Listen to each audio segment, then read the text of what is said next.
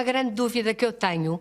Porque é que esta Madalena Oliveira se chamava a Pi de Leninha, que parece quase uma coisa familiar, quase uma coisa até ternurenta. Porque é que era a Pi de Leninha? Eu creio que era assim que esta referência vem da própria PIDE. Porque não estou a ver os presos políticos ou as presas políticas terem, quer dizer, arranjarem um diminutivo para falar de uma mulher que era tão temida e tão terrível e tão violenta. E eu sempre me perguntei porquê é que lhe chamavam a Pi de Leninha, porque as outras todas é Suzete, Odete. Esta, porquê é que era a Pi de Leninha? Recuso-me a tratar qualquer PIDE por diminutivo. Os diminutivos para mim têm um caráter diferente. Eu só chamo nomes pequeninos às pessoas de quem gosto.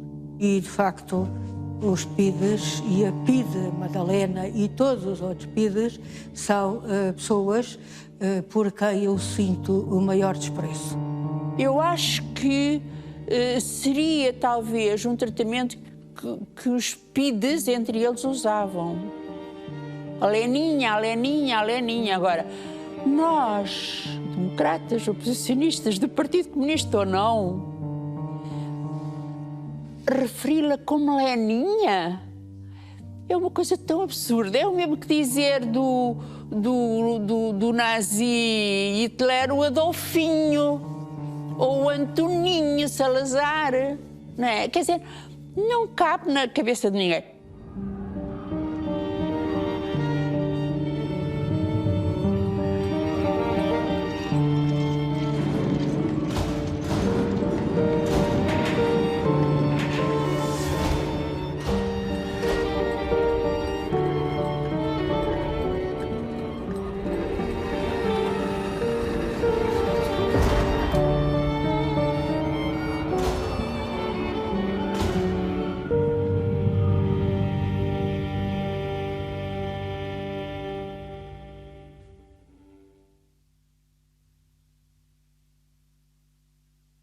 Sob o ponto de vista psicológico, a personalidade da Madalena, eu gostaria de saber mais sobre as origens dela. Eu não sei.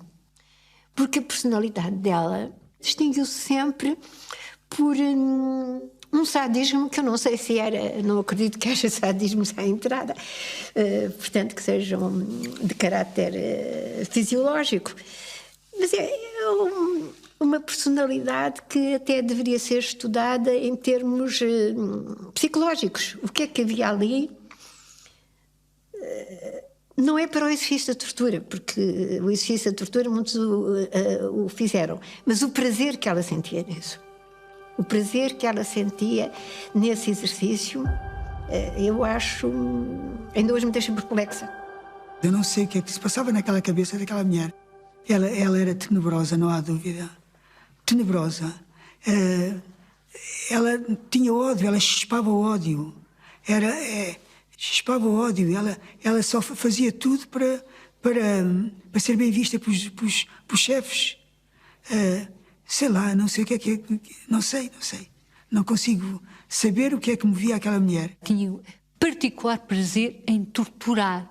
Ela também gostava, havia umas cenas semi-pornográficas em que ela, com homens também, em que ela mexia nos homens, em que ela simulava atos sexuais para os embaraçar. Ela gostava de torturar homens e mulheres. Por exemplo, há caso de homens do Coço, pelo menos 2 casos que dizem que a Madalena também os torturou no sentido que foi a coisa pior, que eles disseram que não, tudo o que tinha a ver com os espancamentos não lhes fez impressão, estavam habituados a esse tipo de coisas, agora não estavam habituados a tabus, portanto, que eram infringidos. E o tabu era uma mulher a mexer num homem nu, por exemplo, na casa de banho, ou a obrigá-lo a urinar quando a Madalena estava presente.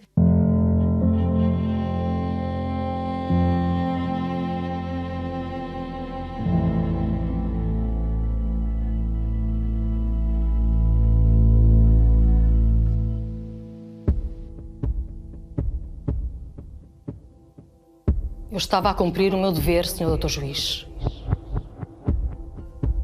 Era o meu trabalho. Defender a nação portuguesa dos seus inimigos. Todos traidores. Isso que eles dizem, Sr. Dr. Juiz, são tudo calúnias. Tudo calúnias. O que é que eles queriam? Foi para cumprir essa missão que eu lutei para entrar na PIDE. E quando finalmente aconteceu, foi o dia mais feliz da minha vida.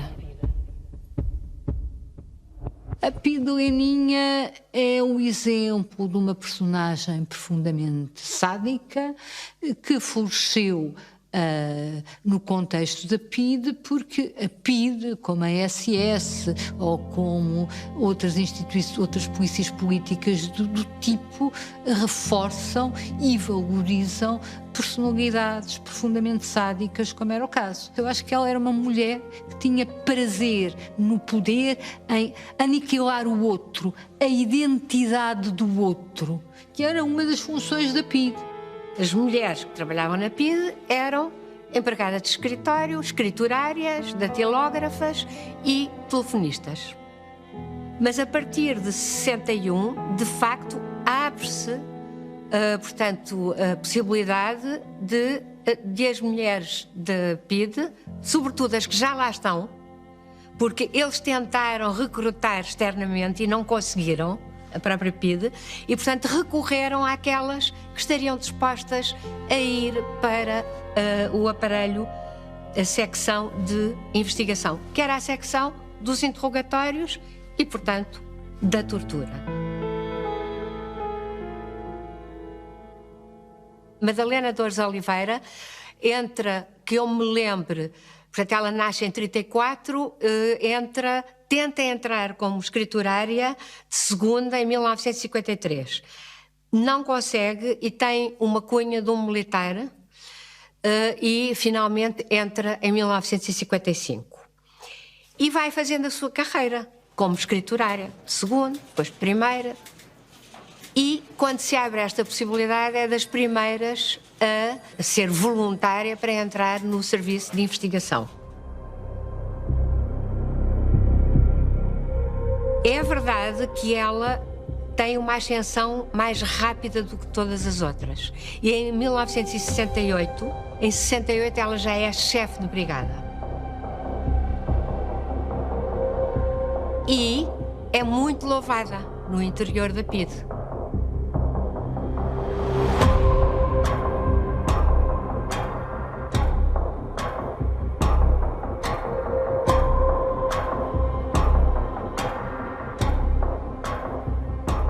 Admito que esse confronto numa cela de tortura com uma mulher, ou seja, uma mulher a ser torturada por outra mulher, admito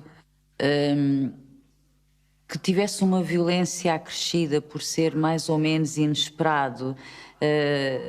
Talvez as mulheres, as presas, num primeiro momento, pensassem numa espécie de pequena solidariedade feminina, mas eu creio que facilmente essa ideia ou essa esperança se quebrava, porque dos relatos que existem, a PIDE Madalena não tinha contemplações, portanto, qualquer pessoa que estivesse à sua mercê percebia claramente ao que vinha, e os relatos são de uma mulher implacável, sem escrúpulos, e que na verdade queria fazer às presas políticas o mesmo que queriam fazer os torturadores homens.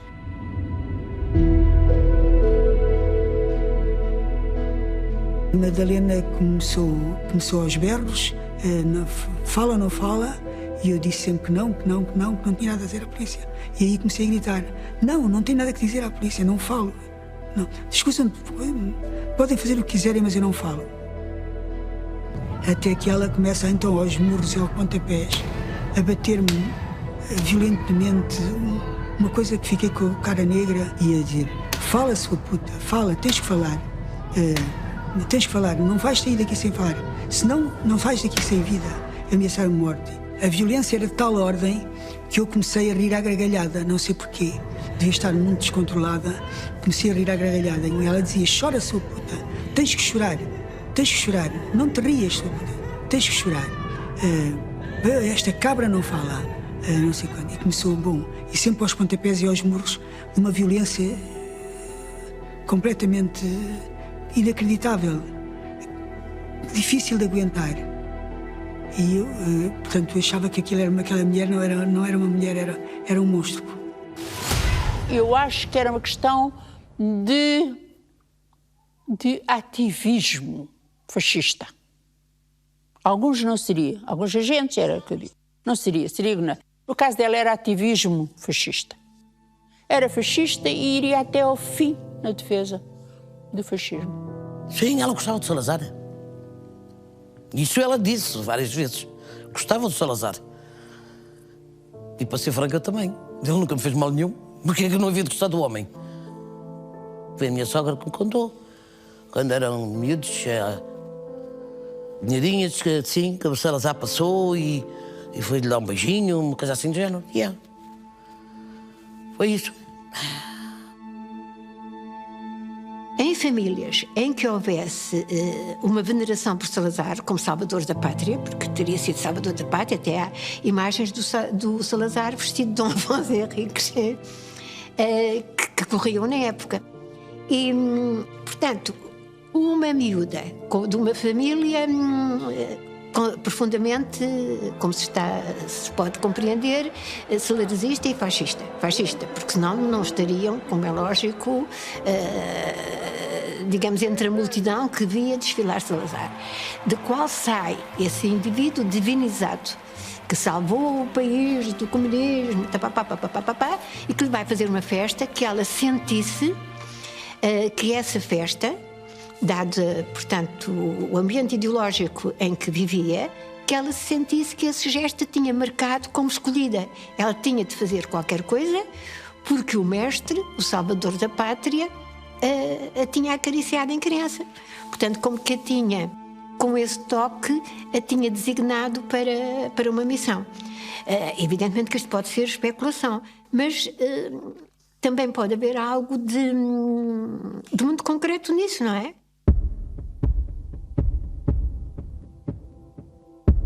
Queriam fazer mal ao Dr. Salazar. Esses comunistas. Esses traidores da pátria que não tinham orgulho em ser portugueses.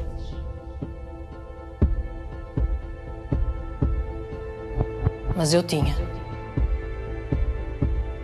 Irei sempre respeitar a memória do Dr. Salazar. Ele deu-me uma missão e eu tinha que a cumprir. A tortura física, a violência, começa, segundo eu estudei, a partir de 1960, relativamente às mulheres. E sabe-se que é com uma mulher do Coço, uma Cesaltina, que é presa em 1960, depois há outra também em 1961, e depois, a partir de 1962, com as mulheres do Coço.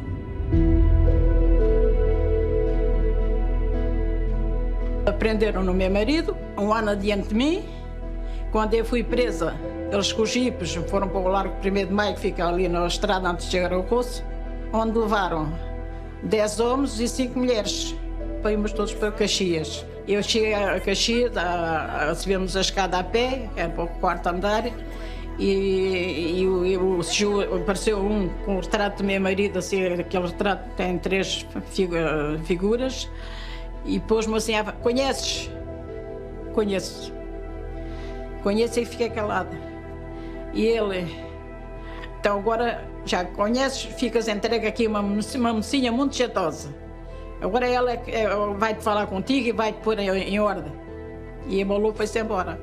E entrou então uma, que eu não sabia o nome dela, era alta e era assim, era assado, chamada Madalena. E a Madalena me deu porrada por todo lado. Fazia assim, a minha cabeça era uma bola. Toma, toma, toma, de um lado e do outro. Uma porrada, segurava, era duas taladas, uma de um lado e do outro. E até pontapés daqui, pontapés dali, eu andei de arroz por baixo dos pés dela e pontapés de todo o lado, urinei-me toda. Fiquei toda urinada. E, entretanto, fiquei ali e ela tornou a dar porrada e tornou a falar e tornou a e ruim, nem uma fera. Parecia quase um tigre para apanhar uma res na selva para comer. Era tão má, tão má, tão má. Essa mulher. Batiza, está a dizer que és comunista porque andas a tapar. És comunista e andas lá com aqueles cabrões, com aqueles estes, com aqueles, que me voia tudo. Mal criada e tudo por aí fora. E então, eu tinha que dizer que era comunista.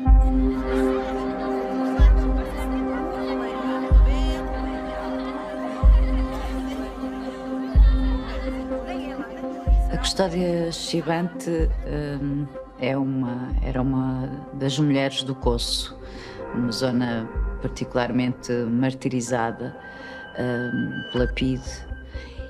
Quando eu a conheci, já não estava muito bem de saúde, mas estava, gravámos a conversa.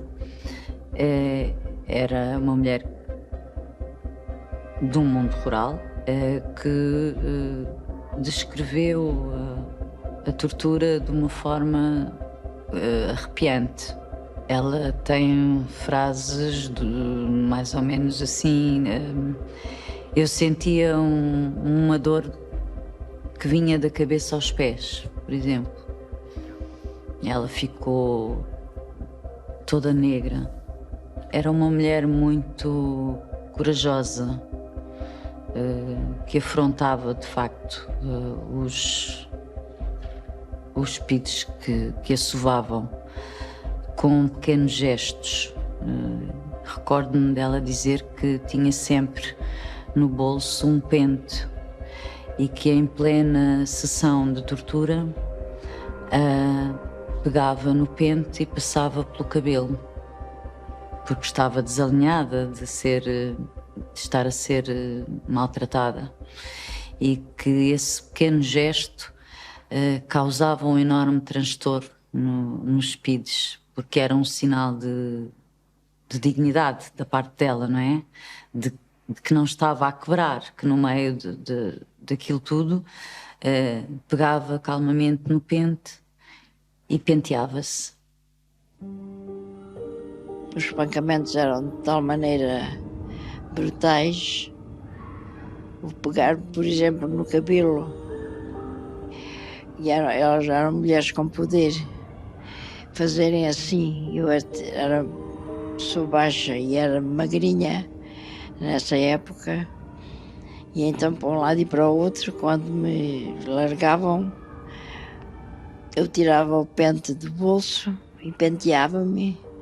E era um monte de cabelos arrancados que vinham no pente. Eles ficavam tão furiosos de me ver, no fim de me estarem a espancar daquela maneira e de eu ter a calma suficiente de tirar o pente e pentear-me, que ficavam mesmo dias furiosos e a espancar. Eu fiquei desde a cintura até à curva da perna toda negra. As pancadas no olho esquerdo eram de tal maneira intensas que deixei quase de ver, porque o inchaço encheu de tal maneira que me tapou a visão.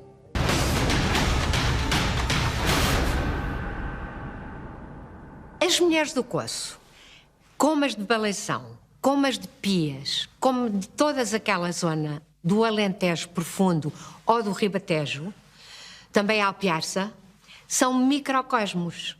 Pode-se dizer que, ao contrário do resto do país, a hegemonia nesses microcosmos era do Partido Comunista Português. A moral que vigorava no Coço era a do Partido Comunista Português. Um elemento do Coço que fosse preso falasse na cadeia, quando regressava ao Coço, ninguém lhe falava. Agora, o que a PIDE não compreendia é como é que assalariados agrícolas se organizavam no Partido Comunista e de uma forma não só muito bem organizada, como quando eram presas, resistiam a tudo. Quando eu fui solta a 4 de setembro, fui solta a 4 de setembro e em agosto tive um algo de perguntas, chamavam eles um algo de perguntas, que era o escrivão a escrever aquilo que a gente dissesse. Essa folha é que me deu alegria, muita. E então diz assim, Maria Guilhermina Freire Galvez, alcunha Maria Galvez, mais uma vez diz não. Esta palavra foi a coisa mais rica que eu apanhei. Mais uma vez diz não. E eu ali fiquei tão contente, era no papel, e fui ter com a Maria Rosa Viseu. Oh Maria, lê lá essa palavra que veio agora nos papéis que eles mandaram. E ela disse assim, é Maria de Macana, fizeste muito bem. A forma como foram tratadas aquelas mulheres foi no sentido também de as destruir, não só, evidentemente, como militantes, e não conseguiram, mas destruir fisicamente. Tanto que elas todas ficaram ficaram doentes, ficaram com problemas gravíssimos, quer de ouvido, quer de olhos. Porque Madalena, por exemplo, a PIDE Madalena, uma das coisas que fazia é esmurrava os olhos. E fazia coisas, ela sabia o que é que doía e o que é que também destruía. Nas assalariadas rurais. Tive 11 dias e 11 noites seguidos. Ao fim de 24 horas tive mais 6 dias e 6 noites. Foi ela sempre que me torturou. Sempre, sempre. Em primeiro lugar, e a Ascensão também torturou muito. Mas essa não era tão dura. Agora a Madalena era mesmo estúpida, acabada. Aquilo era uma bicha, não se pode chamar pessoa. Era um bicho qualquer. Estava preparada mesmo para desgraçar. A Madalena, esta é a Madalena.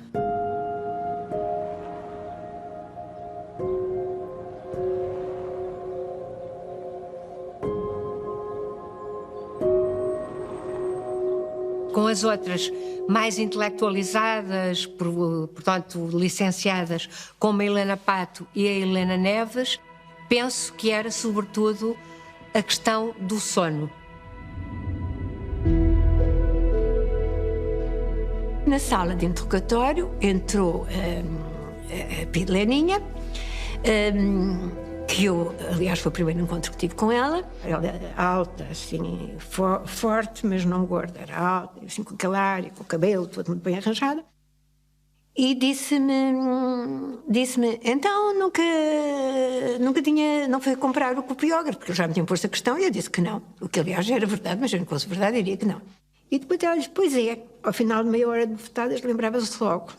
E, efetivamente, eu disse, e aqui houve imprudência, não estou arrependida, mas houve, então experimente. E ela experimentou. O que me impressionou logo no momento era a profunda satisfação daquele rosto. Ela tinha prazer sádico em bater. Ela batia assim, assim e assim. Portanto, eu fiquei aqui com o anel marcado, ela batia com muita força. Era muito estranha a sensação, porque a minha cabeça ia assim e depois ia assim. Era pior do que se fosse só assim. Era um vai e vem, a pessoa ficasse um bocado para o tonto. E realmente, naquele momento, acontece que uma pessoa não tem dor. Porque não tem dor. É muito estranho. A cara vai assim, assim, e não tem dor. Naquele momento há uma sensação de irrealidade. E ela ia perguntando à gente, então, quanto tempo falta? E recordo-me, quando faltavam 10 minutos, ela disse só 10 minutos. Porque ela queria que aquilo durasse. Ela gostava daquilo. Havia mesmo prazer naquele rosto. Porque o prazer não se mede só pelo sorriso, mede-se também pela expressão do olhar, não é? E ela era como se estivesse exultante. E quando ela disse, que pena, já terminou, realmente aquilo não foi simplesmente uma frase provocatória. Ela deve ter sentido mesmo pena de terminar. Ou seja, aquele exercício de poder devia-lhe dar na sua mente doentia, devia-lhe dar um sentido de eu sou importante em termos pessoais. Depende de mim o sofrimento dos outros, depende de mim se elas falam ou se não falam, e portanto esse prazer ainda é o mais impressionante. Esse prazer ainda é o mais impressionante.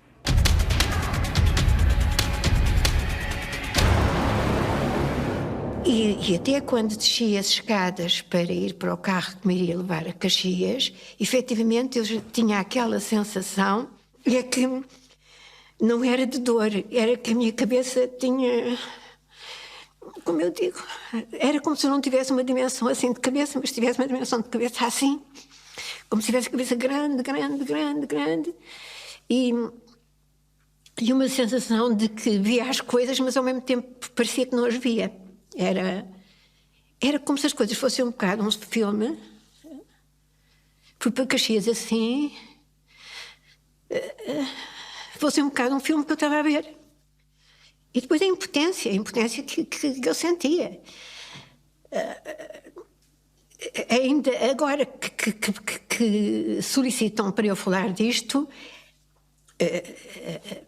volta a um regresso deste estado de espírito de que quanto foi complexo. A PIDE queria acabar com a identidade militante dos presos políticos. Portanto, queria fazer constar lá fora, quando muitas vezes até não era verdade, que ele tinha falado e traído os seus companheiros e camaradas, mas também, por outro lado, queria reduzir o militante a uma pessoa que depois poderia ser considerado traidor e que o Partido Comunista já não queria integrar outra vez como militante.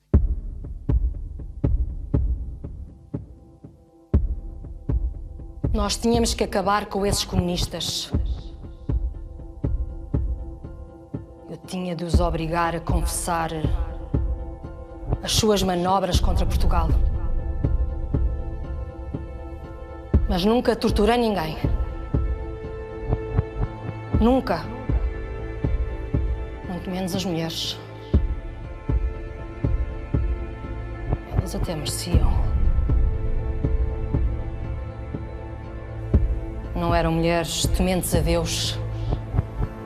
Só pensavam em destruir a pátria para depois a entregar aos comunistas de Moscovo. E queriam matar o Dr. Salazar. Eram muito piores que os homens. Todos eles sabiam, a partir do momento em que se envolviam politicamente, que a probabilidade de serem presos era muito grande. Sabiam, inclusivamente, que tipo de torturas a PIDE praticava. Nós estávamos na clandestinidade porque éramos militantes do Partido Comunista. Aliás, era o único partido que na altura, que se via na clandestinidade. Tinha uma organização, uma verdadeira organização. Os cuidados tinham que ser tantos que, por exemplo, eu ia ter um encontro com uma camarada. Levava um bocado do jornal e ela a pessoa tinha o outro bocado que unia àquele, que juntando aquilo era daquele jornal.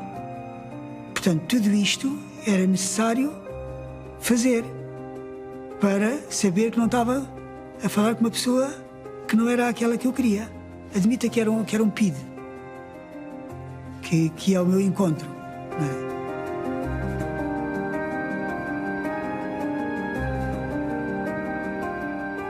Fui presa a 21 de abril de 65. Às 4h30 da madrugada, tocaram a campainha e eu fui espreitar à vigia e vi uns homens, não muitos, que não se podia ver muito, não é? Na escada. E àquela hora calculei logo que era a PIDE. Normalmente levávamos para o quarto uma panela, um frasco de álcool e uma caixa de fósforos. Porque de repente podia aparecer a PIDE, não é? Como apareceu de madrugada, e devia queimar, tinha que ter tempo, tinha que arranjar tempo para queimar aqueles papéis. Era preciso queimar na hora. Ora, eu estando deitada, a ouvir a PIDE, ali estava mais perto das coisas. Portanto, todas as noites aquilo ia para a mesa de cabeceira, para cima da mesa de cabeceira. Naquela noite, eu esqueci-me de pôr a panela, de levar a panela. Não abri a porta, tocaram a campainha e eu não abri a porta. Fui a correr para o quarto, que era ali ao lado, e despejei os papéis, pus uns papéis no chão, que não tinha panela, pus os papéis no chão, um molhinho de papéis pequeno, no chão, despejei o frasco de álcool e tinha um fósforo. E pronto, entretanto, deu tempo a eles arrebentarem com a porta, com o pé de cabra, abriu a porta, caiu parede, um bocado de parede e tal, da porta. E nessa altura, quando eles entraram, aquilo já havia quase só cinzas, havia uma coisinha mesmo só cinzas, porque eu conseguia pegar o resto. E eles entraram, começaram a mozauar, entraram GNRs com pistolas em punho junto ao meu peito, a gritar mozauar, e eu, quanto mais eles diziam mozauar, mais eu baixava as mãos. A GNR começou a gritar, portanto, vai morrer, quer morrer, com as pistolas mesmo junto ao peito, e a PIDE, ela quer morrer. Olharam para o chão, viram aquilo tudo queimado e começaram e disseram: quem é que fez isto? Não acreditaram que fui eu. E então começaram a dizer: foi o gajo, com certeza foi o gajo. Vão à procura dele, ele deve ter saltado para a janela, para a varanda, e deve estar na casa da vizinha. E portanto, àquela hora da madrugada, foram à casa da vizinha também, à procura do meu companheiro.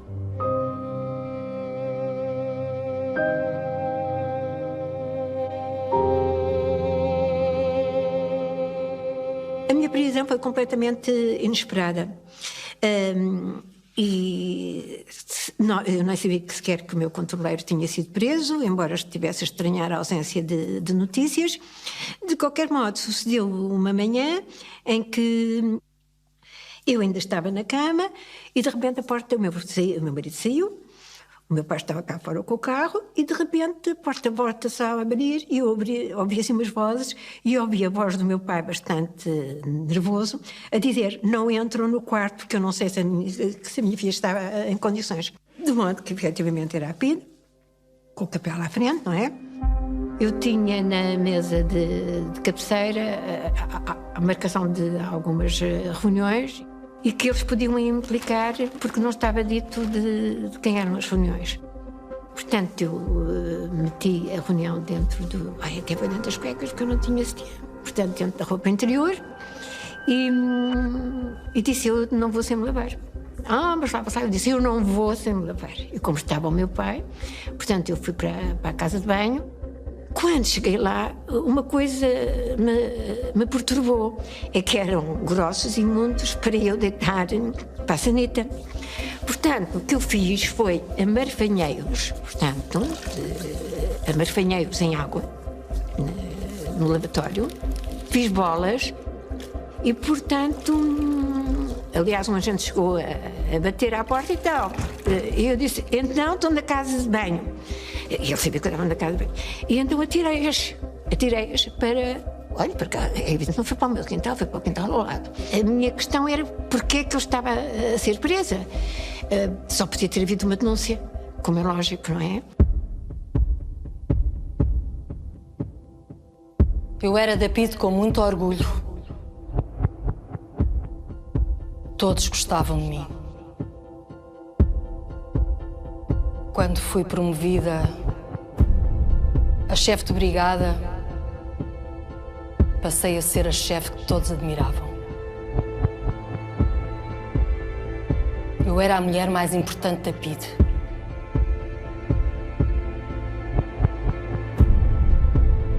A PIDE era como uma família, onde todos respeitavam.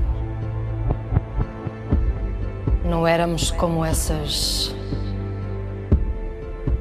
organizações comunistas que se denunciavam uns aos outros e nos entregavam de mão beijada aos traidores.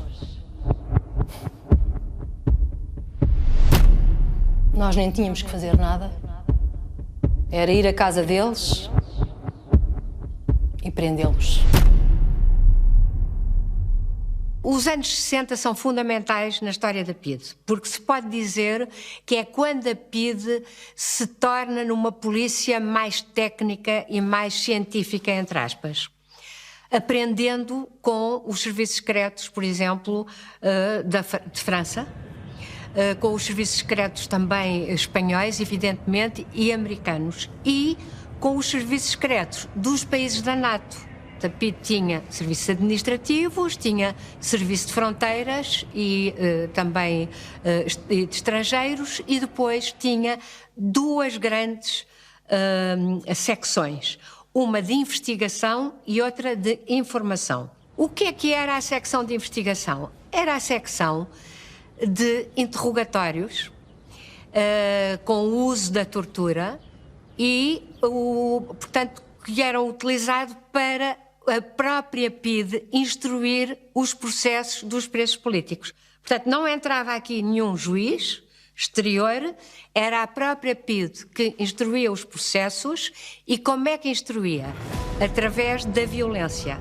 Aliás, a PIDE prendia muitas vezes para investigar. Portanto, percebia que não tinha nenhuns limites e que, através da violência, adquiria tudo. O ano de 1965 poderá ser o ano da agudização das torturas. É também o ano do assassinato de Humberto Delgado e é justamente quando Conceição de Matos Abrantes é torturadíssima, já inclusive com alguns aspectos sexuais que não tinham existido anteriormente. Cheguei à Antónia Maria Cardoso, sou recebida por um inspetor que me recebeu e disse: faz favor, minha senhora, pode entrar, está em sua casa. Começaram os interrogatórios. Quem é que me tinha aliciado para o partido, como é que tinha entrado para o partido, o que é que fazia, quem eram as pessoas que lá iam a casa, um monte de coisas. E eu nada respondia, nem sequer respondia. E então aparece o Tinoco, o inspetor Tinoco, que entra na sala e diz: olha, é assim, daqui não sai ninguém sem falar. E consigo é a mesma coisa. Daqui, se não falar, só sai daqui para a morgue ou para o Júlio de Matos. Não tem outra alternativa. E mais, enquanto aqui estiver, não vai à casa de banho, nem lavar as mãos, vai ter que fazer as necessidades todas no chão e vão ser limpas com a sua própria roupa. E eu, muito sinceramente, não acreditei. E o tempo vai passando, não é? E eu, há uma altura que eu tenho vontade de ir à casa de banho. E chamo e disse: quero ir à casa de banho. Disse à PIDE que estava lá, que era uma Mariette. E ela respondeu-me: não pode ir à casa de banho. Só vai à casa de banho se falar. Se não fala, não vai à casa de banho. Quando eu me baixava para fazer as necessidades no chão, ela, cada vez que fazia as necessidades, de vez em quando, ela tirava uma peça de roupa para pôr no chão, para envolver a porcaria. E há uma altura que me aparece a menstruação. E eu não tinha nada para me proteger. Nada, absolutamente. E o Tinoco percebeu-se, não é? Entraram, o inspetor, e diz, com uma provocação muito grande, diz: o Abrantes está muito preocupado que lhe venha a menstruação e que não tenha pensos higiênicos. Mas tem, não tem? Portanto, era mesmo provocação, porque ele sabia que estava naquele estado.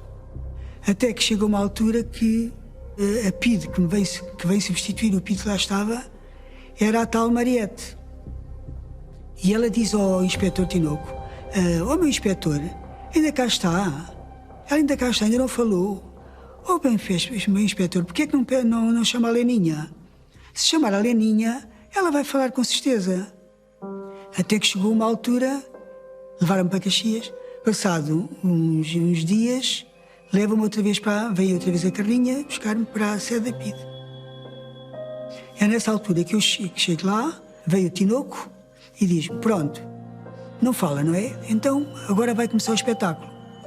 Entraram então as duas mulheres, que era a tal Leninha, a sugestão da tal PIDE.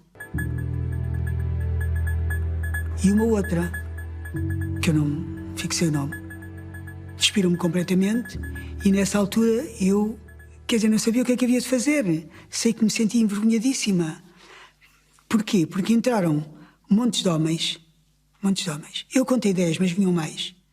E entram aqueles homens todos, e ela, a Madalena e a outra, e eu tentei encobrir-me com a mesa, que não me encobria muito, porque a mesa não era tão alta, que ela empurra-me completamente, empurra-me para o meio deles. E nessa altura eu lembrei-me de um livro que tinha lido há pouco tempo, que era o Arco-Íris, da Wanda Vasilevska. Tinha lido na clandestinidade. E então levantei a cabeça nessa altura, não sei o que é que... Não sei, uma pessoa arranja sempre forças para resistir. E levantei a cabeça e comecei a gritar. 1, 2, 3, 4, 5, 6, 7, 8, 9, 10. E quando cheguei ao 10º era o Tinoco. Depois não contei mais. Disse, 10, vocês não são homens, não são nada, são uns monstros. São uns bandidos, uns monstros, mas um dia o povo há de se vingar. Foi o que me saiu. Eu nunca quis vingança, queria a justiça. Mas a verdade é que naquela altura eu estava completamente fora de mim. E eles saem todos, volto a ficar com elas, e ela continua ainda, continua mais. Tantos murros, batia-me na cara com toda a força. Os pontapés eram mais que muitos, até que eu caí para o chão. E ela depois levantaram-me, sentaram numa cadeira, e ela disse, a Madalena disse à outra, vamos acabar com isto, que esta merda, esta puta não fala. E eu não vou, se eu fico aqui mais tempo, espatifo-a toda. E nessa altura começaram-me a vestir. E depois de estar vestida, entra com a máquina de escrever e diz, o quê? Já está vestida? Disse para a Madalena, já está vestida. Eu que a vinha para ver nua. E a Madalena responde, esta puta, esta merda, isto é uma merda que não vale nada. Mas para eles qualquer merda serve. Basta que tenha um buraco e faça os movimentos.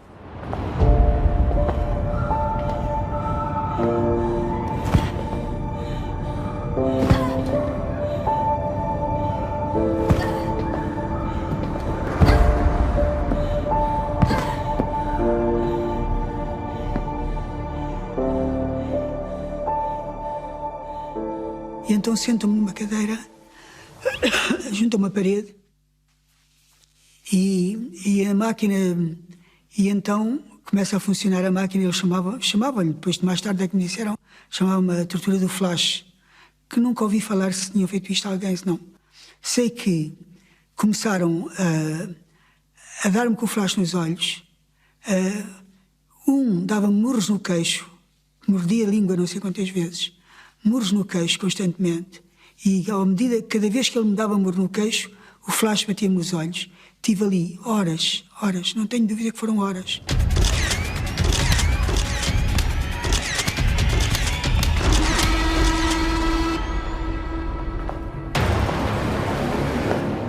Cada vez que eu me sentava, tentava me sentar, mas eu não aguentava, caía para o chão.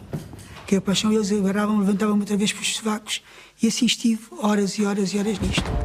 Até que entram os PIDs, uma série de PIDs outra vez, com um papel na mão e começam com o papel na mão a dizer não é preciso falar, basta assinar.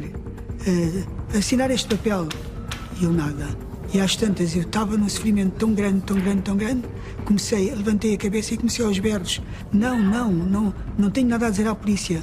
Podem matar-me, façam o que quiserem, acabem comigo. Porque eu julgava que ia morrer, eu estava no estado lastimoso. E julgava que ia morrer. Realmente eles ameaçaram tanto que só saía para a morgue ou para o Gil de Matos. E eu comecei a gritar que podem cortar-me aos bocadinhos, façam o que quiserem, matem-me, acabem comigo, mas eu não digo nada à polícia. A Conceição Matos pode-se considerar que é torturada como as mulheres do Coço. Não há grandes diferenças. O que aconteceu à Conceição Matos eu penso que é típico da atuação da Pia de Madalena.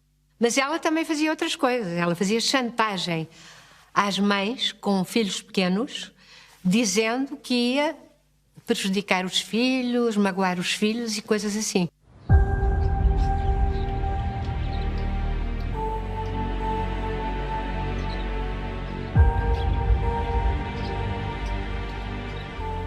Foi no futebol que ela conheceu um marido, portanto, ela engravidou, teve uma criança, sendo, no entanto, que o marido era bígamo, ou seja, tinha outra família. Por acaso, cheguei a vê-los uma vez. Não sei porquê, por que razão.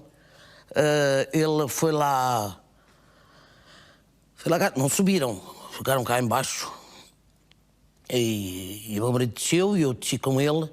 Ele estava com a segunda mulher, olha lá que é, e as duas filhas atrás. Os Pides tinham famílias, alguns eram bons pais de família, gostavam dos filhos, o que não quer dizer que a maior parte deles não tivesse esse lado negro da violência e do sadismo muito desenvolvido, que depois acontece com a PIDE, como aconteceu com o nazismo, que é moralmente, para eles, há um discurso de defesa à pátria, de defesa aos valores da família, do império, etc., e à disciplina, que justifica tudo aquilo que fizeram, apesar de muitos deles gostarem daquilo que faziam.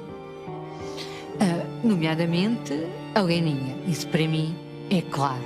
Pensa-se muitas vezes que o marcelismo, o período de Marcelo Caetano, foi mais brando, porque houve uma mini-liberalização logo em 1969-70. A PIDE também mudou de nome para a Direção-Geral de Segurança. Portanto, o que acontece é que a PIDE se torna, com o nome de DGS, muito mais violenta durante o marcelismo. É quando as estruturas todas são misturadas, por exemplo, volta à estátua que tinha sido deixada, volta a tortura do sono, que era uma semana, portanto 8 dias e 8 noites, passa a ser mais de 2 semanas, portanto com 15 noites e 15 dias. Há casos de 18, 19, que deixa sequelas para sempre. Os espancamentos são absolutamente terríveis e há também outro tipo de tortura científica, que é com altifalantes colocados na célula com gritos de mulheres e de crianças, que para dar a entender aos presos que estavam em tortura do sono e, portanto, acreditavam nisso, não é? Que também estariam a torturar as suas mulheres, os seus maridos e até, inclusive, os filhos. E ela funciona, a PIDE Madalena funciona com todas estas género de torturas.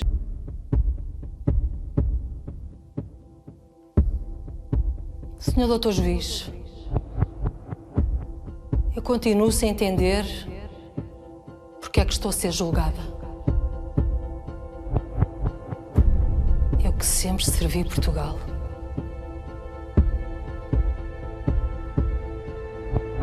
Houve uma revolução.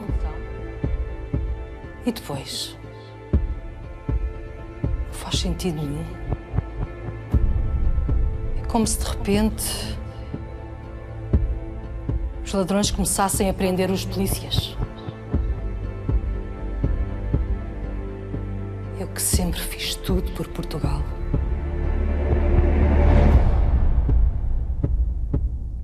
E digo mais, Sr. Doutor Juiz. Se o Dr. Salazar fosse vivo, nada disto acontecia. A funcionária clandestina do partido a quem eu estava ligada, um dia telefona-me a pedir-me para ir a um encontro com ela, marcando-me um encontro. Eu percebi que ela estava em grande aflição e fiz aquilo que eu não podia fazer, que nenhum clandestino fazia, que era aceitar o telefonema. Eu devia ter dito na altura, não conheço sítio nenhum, está enganada, quando ela telefonou. Quando lá cheguei, ela disse-me que precisava da minha ajuda porque queria pôr a salvo uma mala e que não tinha encontrado outra forma de a pôr a salvo que não fosse contactar-me. E pedia-me para eu encontrar um sítio onde colocar a mala e deu-me 1 hora para eu fazer isso. A mala era uma mala cheia de explosivos e material que tinha a ver com ações... ações de ação direta, porque era do braço armado do Partido Comunista, que era a ARA, da Ação Revolucionária Armada. A Ação Revolucionária Armada é a primeira organização na chamada metrópole que luta de forma armada, que coloca bombas contra, sobretudo, e só, não é contra pessoas, nunca, é contra navios da guerra colonial, contra berliers que iam para a guerra colonial. Portanto, é um esforço contra a guerra colonial.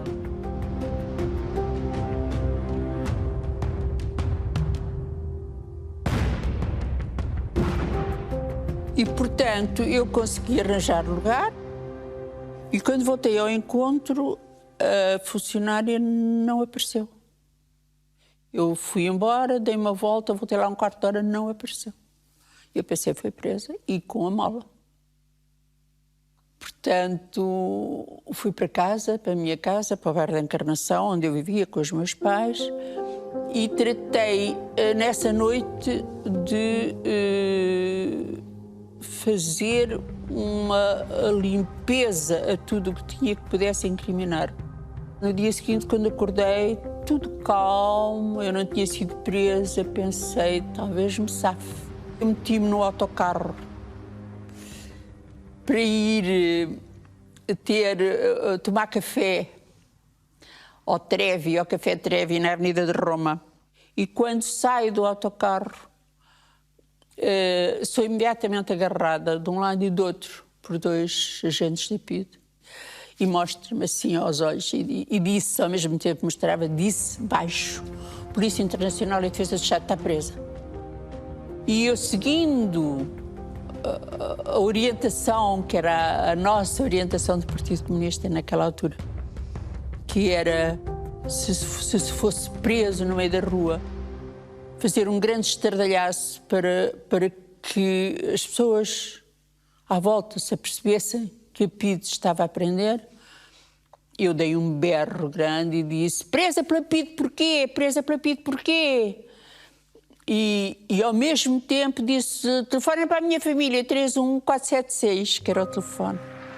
E quando me metem no carro, iam os 2 PIDEs, um de cada lado, e à frente o motorista e um outro, mais idade, que quando deu instruções, olhou assim de lado para falar com o motorista, eu, pelo perfil, achei que correspondia à descrição que eu tinha ouvido do inspetor Mortágua. E era. Era verão, era junho, não era verão, e eu levava ia sem meias, e levava uma saia relativamente curta. Naquela altura ainda não se usava mini saia, mas a saia era relativamente curta e, como eu estava sentada, tinha puxado. E ele meteu-me a mão assim, entre as pernas. E eu dei-lhe um safanão grande. O PIDE da esquerda, parece que estou a ver rígido, assim, a olhar em frente, sem olhar de lado, a rir-se. E o inspetor olhou para trás e disse: juízo, meninos. É uma imagem daquelas que me ficou. Algumas coisas foram-se com os anos. Essa imagem ficou-me do juízo, meninos. E do nojo daquele homem a meter a mão entre as pernas. E, entretanto, lembro-me da sensação da chegada a António Maria Cardoso, à entrada no pátio interior. Lembro-me quando saí do carro da sensação de liberdade. É outra coisa que é um bocado estranha, mas é verdade. Quer dizer, tinha acabado de me libertar daqueles 2 energúmenos que iam ao meu lado. Portanto, quando subi as escadas,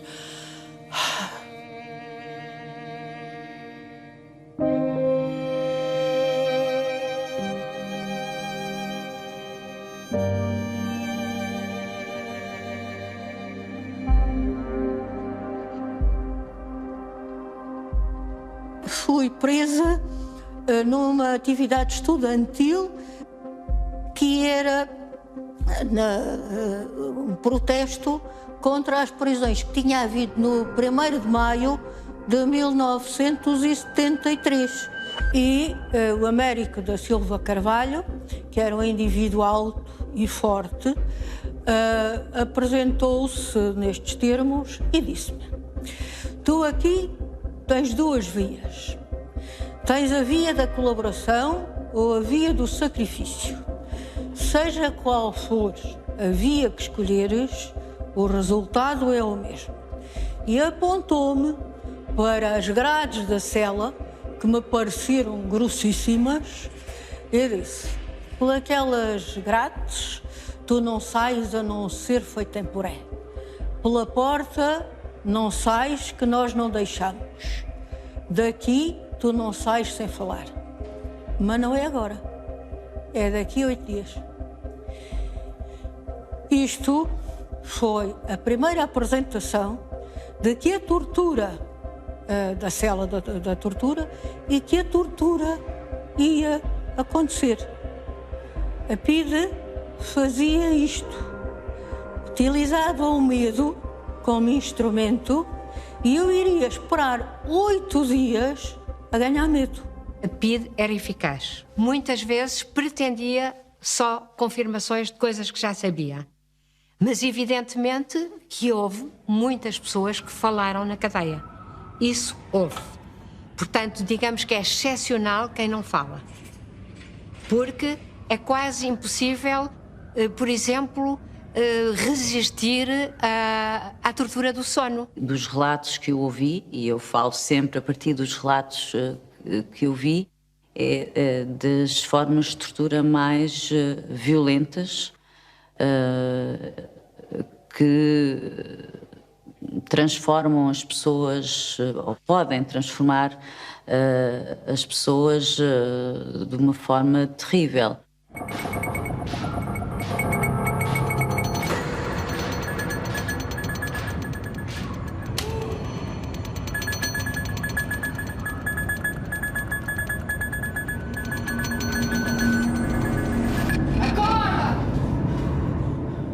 O inspetor Mortágua foi interrogar-me com o secretário que escrevia a máquina. Eu percebi-me rapidamente de que era em tortura de sono que eu ia entrar. Ele informou-me. O inspetor disse: não sai daqui, não dorme, não vai para Caxias, não tem cama, não tem nada. Está aqui até confessar aquilo que nós sabemos. Portanto, está nas suas mãos. Se quiser é 1 hora, se quiser é 2 horas, se quiser é 1 dia, se quiser é 15 dias, fica aqui.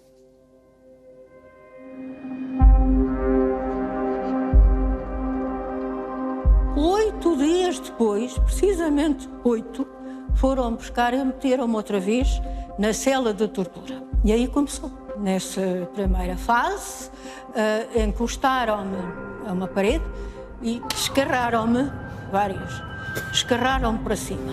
É uma coisa que é terrível. Eu tentava fugir, escapar. Havia uns que faziam som dos carros, mas não escarravam. Havia outros que faziam. Entretanto, também fizeram uma outra coisa. Eu, na altura, tinha 21 anos, era muito magrinha e pequena, tal como ainda sou, baixinha, e jogaram comigo à bola. Portanto, um punha-se numa ponta, o outro punha-se na outra e atiravam-me no ar. E estou ao fim de 1 ou 2 dias de já estar em tortura do sono, em que já se começa a perder o equilíbrio.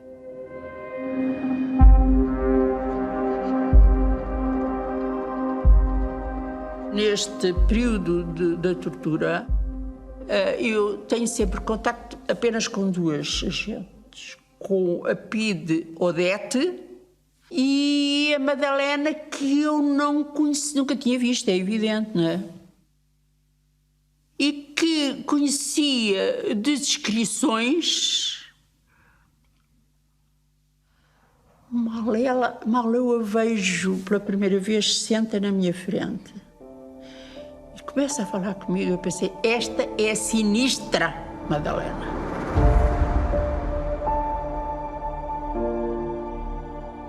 Ela falava assim, tu estás aqui, ou és puta, foi uma das coisas comigo, ou és puta ou és revolucionária, das duas uma. Chegas a casa às 3 da manhã? Isso é este tema, Madalena. Era, ao fim da primeira noite, eu estava a cair de sono. Eles faziam turnos. Havia sempre uma mulher presente, mas fazia turnos. E eu estava sempre ali. Não me deixavam dormir da seguinte maneira. Ou me gritavam, gritos, e devo dizer que essa é uma das sequelas, se pode chamar assim. Eu não consigo ouvir gritos, entro em pânico. E eram gritos naquelas celas nuas de noite. É medonho. É impressionante.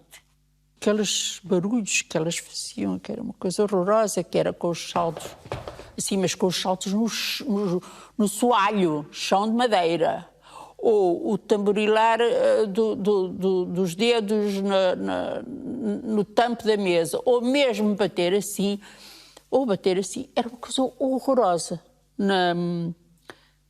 Quando a pessoa já está perturbada e em carência de sono, esses barulhos ampliavam-se de tal maneira que é horroroso.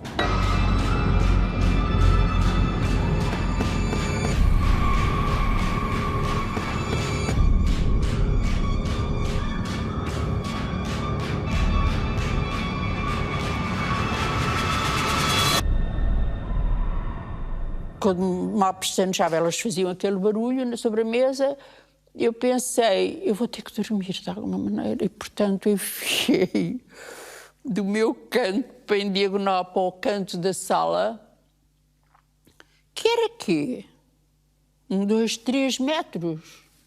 E havia ali uma altura em que eu ia de costas para a PIDE. Portanto, nessa altura eu dormia, e quando dava a volta para voltar, abria os olhos. Madalena, que eu estava a fazer aquilo.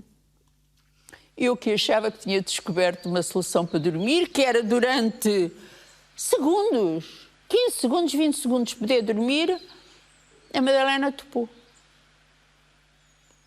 E chegou ao pé de mim e tirou a cadeira e disse, acabou a cadeira.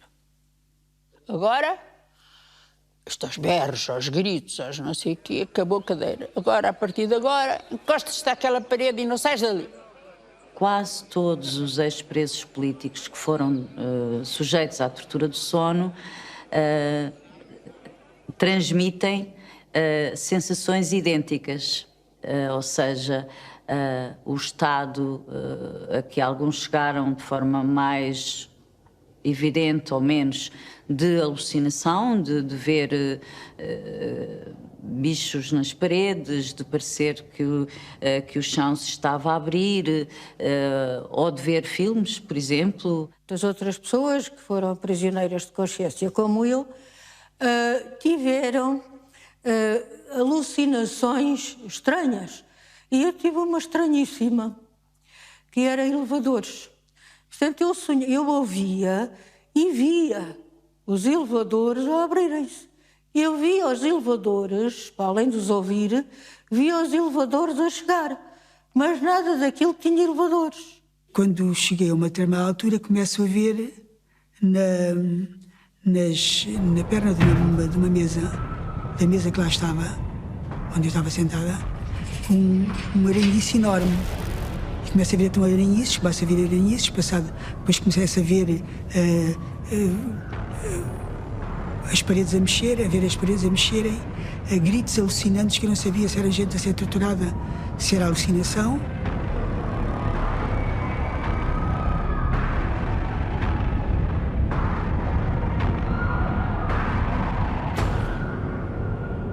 lembro-me da sensação como se não fechasse os olhos.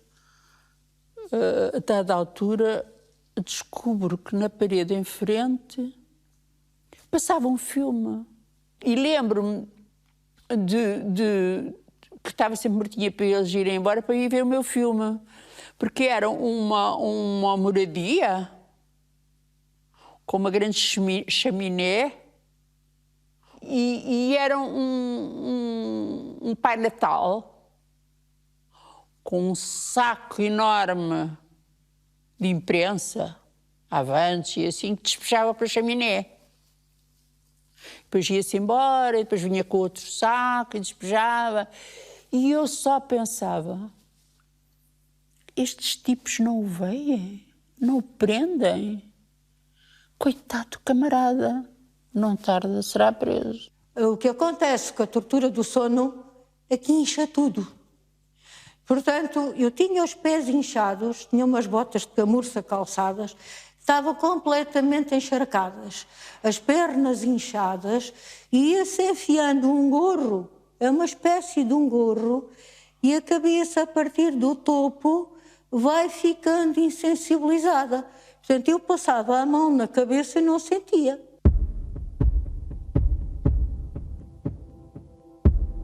Tudo inventado, Sr. Doutor Juiz. Tudo mentiras. Eu já disse que nunca torturei ninguém. Nem lhes tocava. Sou uma mãe de família. Criei o meu filho sozinha.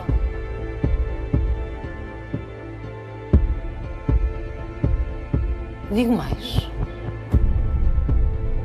Nunca vi ninguém a ser torturado na PIDE. Nós, quando falamos de tortura da PIDE, tanto podemos estar a falar de uns estalos, uns encontrões, como podemos estar a falar de tortura com um cavalo marinho. Há relatos de tortura de pessoa ser chicoteada, não é? De ser sovada, socada, atirada contra as paredes. Portanto, estamos a falar de um conjunto muito amplo de tipos de tortura. Eu estava assim no meio da cela com os meus esboços e ele, sem dizer uma palavra, começou a bater. A bater, a bater, a bater, a bater, a bater, a bater. E eu lembro-me que pensava, eu era sacudida e pensava para mim, isto vai acabar, isto vai acabar. E é verdade, acabou. Quando acabou, não foi por decisão dele. Abriram a porta, entraram uns quantos e levaram-no lá para fora.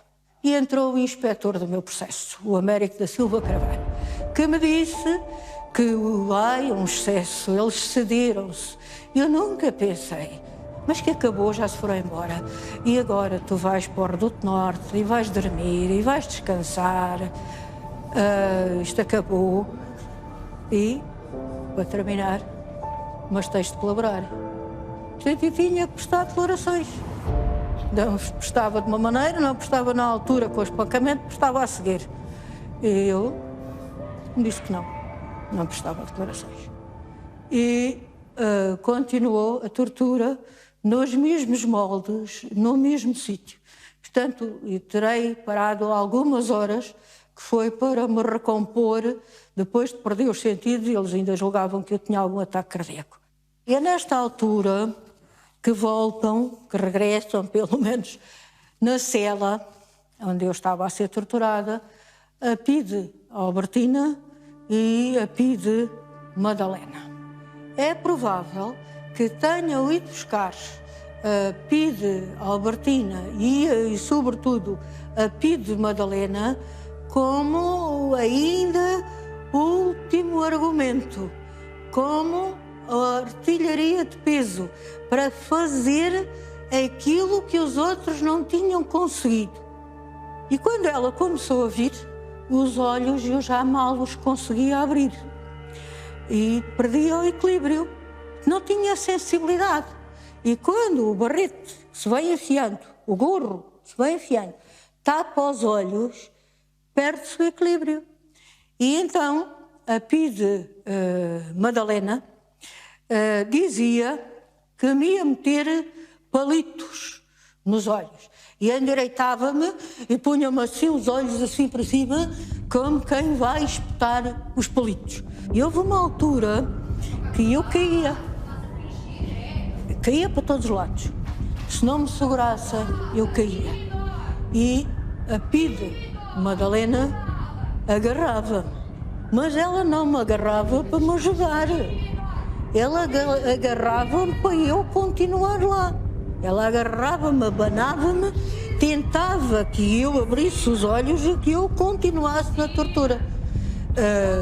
Mas houve uma altura que nem a PIDE Madalena me conseguiu manter na tortura, porque não havia, eu caía mesmo. Eu não tinha equilíbrio nenhum nessa altura e se me batessem ou se me dessem pontapés, eu de ouvido que os sentisse. Eu tinha as pernas completamente inchadas. O corpo todo tinha sofrido o espancamento. Portanto, não creio que, e penso que ela não terá feito isso porque naquela altura já não podia, já não era possível, já não resolvia. Mas terão ido buscá-la como último argumento.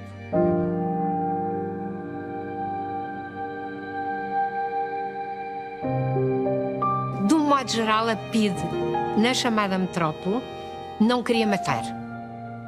Ou seja, estávamos na Europa. E havia sempre aquela narrativa que isto era uma dita branda, digamos, não era uma ditadura. E isto até teve alguma eficácia na própria Europa. E, sobretudo, nós temos que ter em conta que isto tudo durou muitos anos. Portanto, a própria PIDE conseguiu aperfeiçoar-se a si própria. Há muitos que dizem que a PIDE foi buscar o seu modelo à polícia fascista italiana e depois à CIA.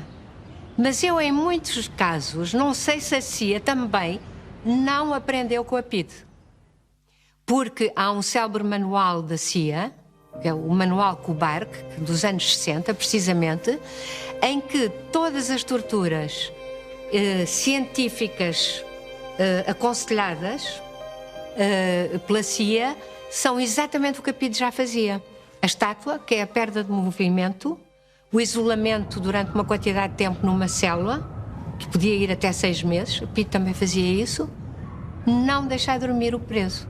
O afogamento, que era uma prática, o afogamento, como vimos em Guantánamo, que era uma prática pouco frequente, mas que a Leninha o fazia com particular prazer.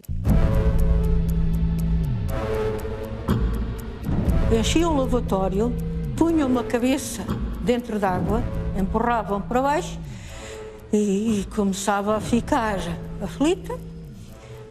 Então puxavam-me e levantavam-me e tiravam-me dali. Eu ficava engasgada durante um bom bocado a tossir. Era mais uma dos rituais de tortura.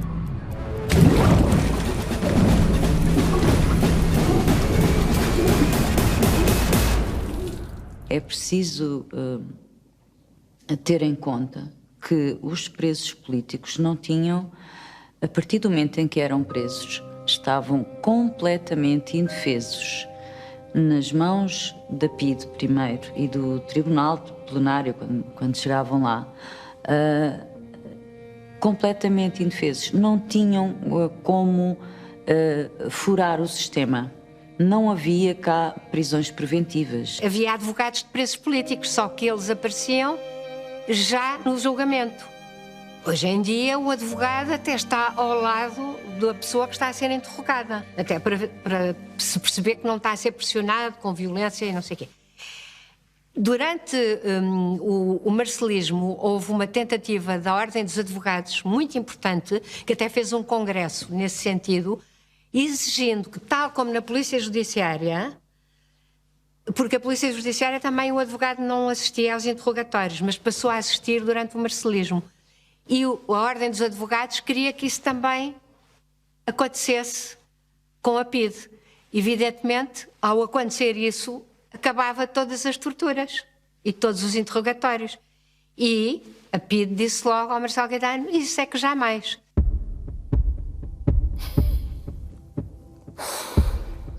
Peço desculpa, Sr. Dr. Juiz, mas isso dos advogados nos interrogatórios só ia atrapalhar. A nossa missão era investigar. Fazê-los confessar as suas atividades criminosas.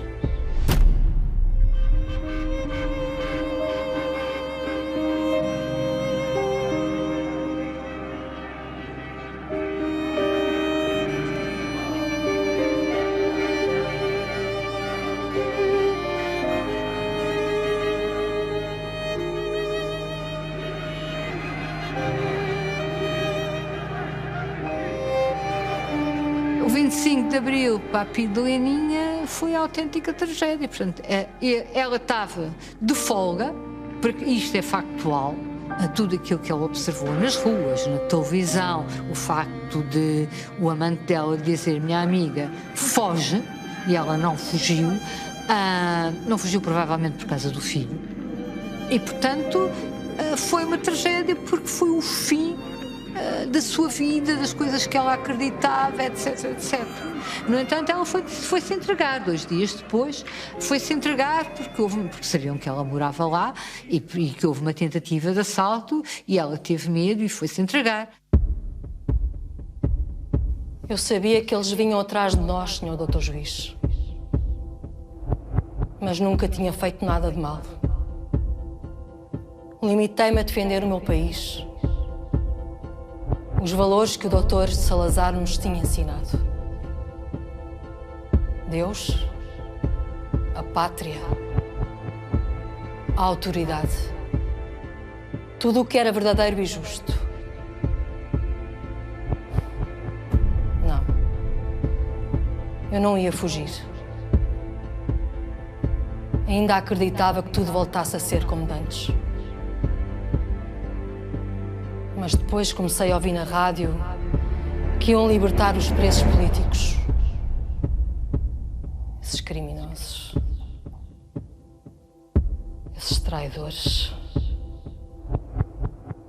A televisão sempre a dizer que os PIDE iam ser presos. Então agora a polícia do Estado ia ser presa. Na rua as pessoas gritavam: morta à PIDE. Fiquei enojada. Até vomitei. Então os traidores da pátria, os terroristas, agora é que mandavam? Percebi que tudo tinha acabado. Na prisão, já não era a torturadora Leninha, mas era alguém que tinha poder junto das suas colegas que também estavam presas. Quando ela saiu em liberdade condicional, acho que foi pior para ela, digamos assim. Foi pior para ela porque ela não tinha nada, tinha uma mãe, um filho, não tinha emprego e, portanto, toda a sua personalidade que foi construída à sombra da PIDE e da áurea de poder que tinha, desabou. E isso foi de tal modo traumático que ela aceitou um convite de um dos PIDEs que tinha fugido para Espanha, para ir para Espanha e para trabalhar para Espanha. Mas ela foi empregada doméstica. Sei que pegaram nela e no filho e levaram-na para uma zona fora de Madrid, de vivendas e não sei o quê, para a casa de uma basca. Ficou lá com o filho, tratando dos filhos dela, não sei quantos eram, não sei, não faço a mínima ideia. Pronto, era o trabalho dela lá. Entretanto, mais tarde, não sei quanto tempo foi que ficaram lá, mais tarde, tinha cá a mãe, já sozinha há muito tempo, e queria voltar.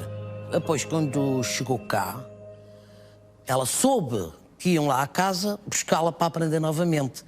E então o que é que ela fez? Nem pensar. Porque ela também era um bocadinho de gancho. Ela disse, nem pensar. Arranjou-se toda, aprontou-se toda, porque ela nisso era toda muita coisa, andava sempre muito bem arranjada. E veio abaixo e foi-se entregar à polícia. A polícia normal. Olha, eu vim aqui entregar-me por causa disso assim, à minha casa ninguém me vai buscar. É isso. E acontece, tornou a ser presa. Foi presa porque não tinha obedecido aos trâmites da liberdade condicional, furou a liberdade condicional. Quando foi o processo de prisão e de julgamento da Madalena, acontece que eu voltei a vê-la. Voltei a vê-la porque o Expresso fez um trabalho muito interessante com alguns dos últimos prisioneiros de Caxias. E depois levaram-nos ao andar, que por acaso era o andar onde eu tinha estado também, e até tenho a sensação que se não era a minha cela, seria a mesma do lado. E então via, ela voltada como na janela, portanto só vi de costas, e tive uma sensação. Não foi uma sensação de vingança, olha, tu foste tão horrível e aqui está, agora estás tu a sofrer, não é?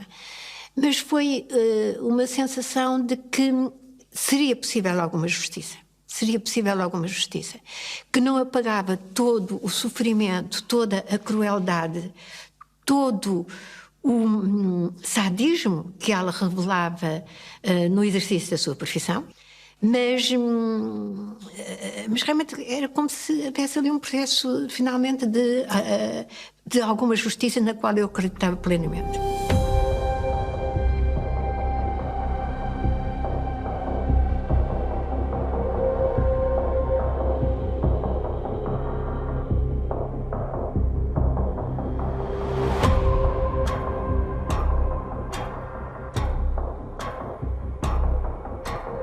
Eu tive acesso ao processo dela.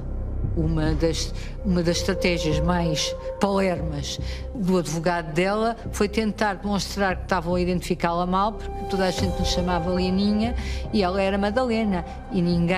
E as Madalenas não se chamam Leninhas. Isto está lá no processo. O que é, apesar dela ter sido identificada por uma data de gente.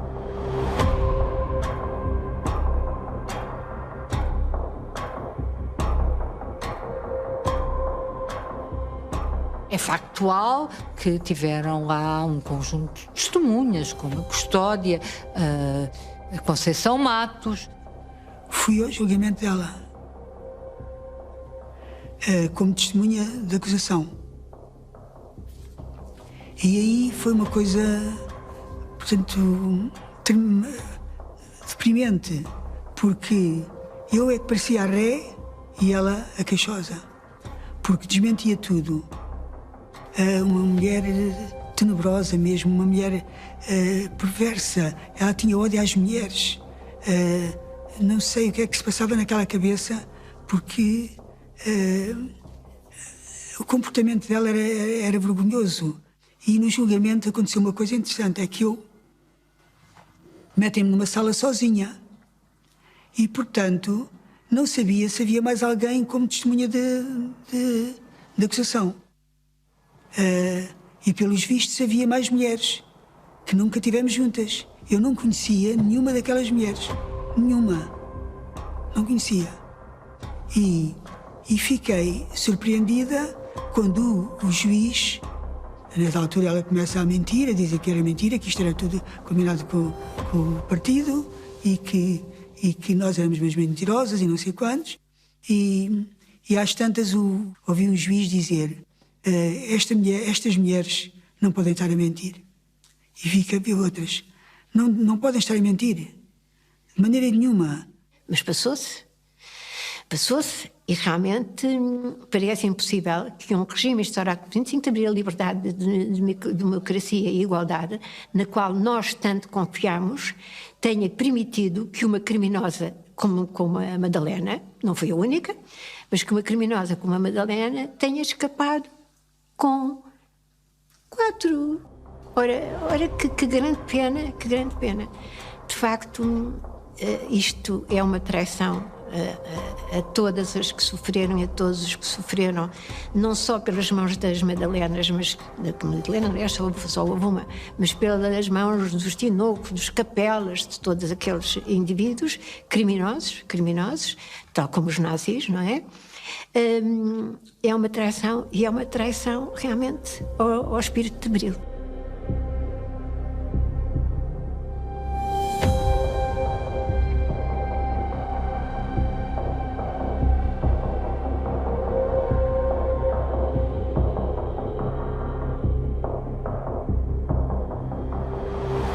Relativamente à Pia de Madalena, soube-se que ela foi, portanto, libertada, e se lembra de ver no jornal, em grandes parangonas, e depois, regularmente, ela vinha nos jornais. A imprensa portuguesa noticia em 1978 que a Pia de Madalena estava a trabalhar nos supermercados AC Santos. Aliás, isso é denunciado por 25 trabalhadoras dessa empresa.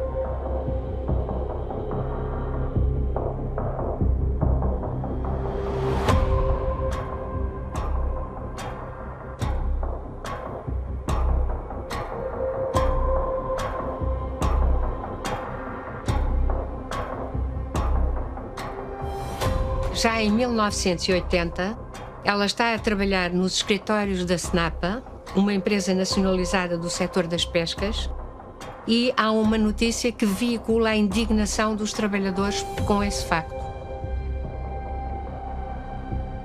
Em todo lado onde trabalhou era escriturária. Trabalhava nos escritórios, pronto. No bairro, lá. Tirando poucas pessoas que eram de esquerda. Os que eram comunistas é que não gostavam assim muito dela. Houve um até que, uma determinada ocasião, vem lançado, atravessa a rua com a mulher atrás, e há uma altura que levanta o braço para lhe dar uma bofetada. Como Unas, não se esqueça, que eu acabei de dizer. A mulher dele é que disse: não faças isso! Olha que ela faz queixa na polícia. Claro, nem era preciso ser o que era. Um homem estar a bater numa mulher sem mais no porquê, na rua, não é normal.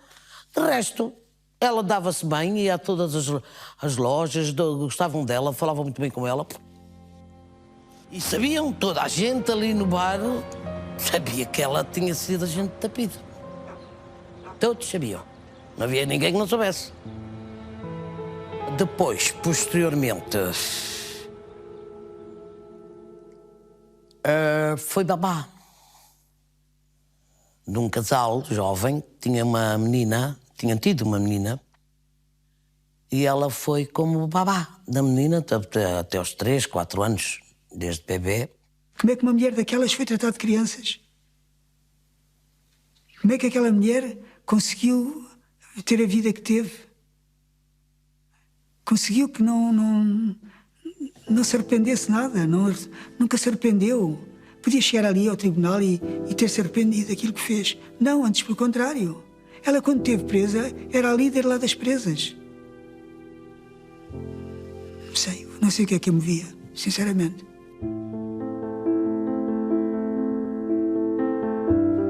Casei em 29 de 12 de 1955, canonicamente, com a então empregada de escritório Maria Madalena das Dores de Oliveira, a qual, sem eu saber, já havia concorrido para funcionária da PID. A minha vida ficou destroçada quando eu tinha apenas 20 anos. Tive de refazer com uma rapariga que tem sido a minha companheira ao longo de 18 anos. Temos 2 filhas e podemos agora, graças ao 25 de Abril, casar, pois que a estúpida concordata me obrigava a ter de considerar minha mulher uma odiosa criatura que chegou ao ponto de, por despeito, me ameaçar constantemente de me fazer cair sob a alçada da PIDE.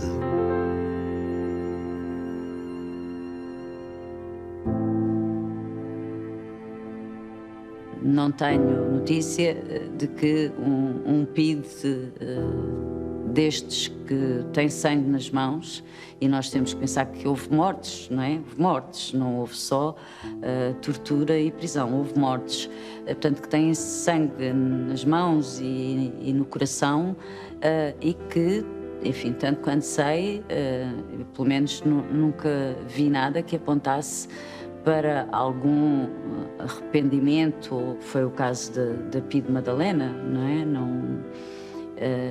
E de muitos outros. Portanto, na verdade, da mesma forma que nós podemos caminhar na rua ou estar num transporte público ou no nosso trabalho e termos ao lado uma pessoa que foi presa e torturada sem nunca sabermos, porque a maior parte das pessoas nem sequer fala nisso, prefere não falar, também pode acontecer-nos o mesmo com um torturador, um facínora, não é? Eram facínoras essas pessoas, não têm outra qualificação. E aqui, na verdade, eu prefiro não fazer distinções entre PIDs homens ou uma PID mulher, porque, na verdade, a prática ou a vida demonstrou que numa situação de poder efetivo, uma mulher fez o mesmo que fazia outros homens também, porque haveria de ser diferente, não é? Senhor doutor juiz, pergunta-me isso. Se me arrependi de ter lutado pela pátria e por Salazar? O que é que sinto? Sinto uma grande injustiça ela não ter sido presa mais tempo, ter pago por aquilo que fez, a malvadez que sempre teve. Essa é a Madalena, É uma mulher tenebrosa que eu nunca quis vingança, mas tenho muita pena que não tivesse havido justiça, porque não houve justiça. Quando ela fez tantos crimes, a tanto quanto outras mulheres. O que é que eu posso dizer mais? É só.